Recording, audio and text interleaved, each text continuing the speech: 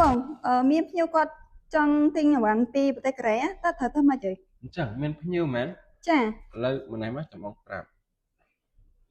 ចាំតិចបងជាដំបូងបងប្អូនត្រូវមាន app នេះមួយណា app ទាំង3ហ្នឹងមួយណាក៏បានដែរគឺយើងត្រូវ download ពី Play Store និង App Store បន្ទាប់មកយើងចុចចូលលើវាចឹងមកបងប្អូនអាចស្វែងរកនៅផលិតផលទំនិញណាដែលបងប្អូនពេញចិត្តឥឡូវខ្ញុំនឹងឧទាហរណ៍ចូលទៅកម្មង់ទិញផលិតផល tablet នេះមួយក្រោយពីបងប្អូនចូលមកក៏យើងចុចលើពាក្យ share នេះមកបាទចុចលើវាចុចឲ្យចេញ link បែបនេះមករួចហើយបងប្អូន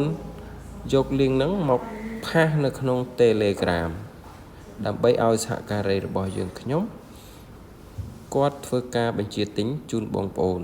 ដោយសារតែក្រុមហ៊ុនយើងគឺជាក្រុមហ៊ុនដឹកជញ្ជូនពីប្រទេសកូរ៉េស្រាប់ដូច្នេះបងប្អូនអាចប្រឹក្សាសួរព័ត៌មានលម្អិតបន្ថែមក៏ដូចជាថ្លៃផ្ញើពីកូរ៉េមកកម្ពុជាផងដែរកុំភ្លេចចូលទៅក្នុង Telegram ដើម្បីសួរព័ត៌មានបន្ថែមផងដែរសូមអរគុណ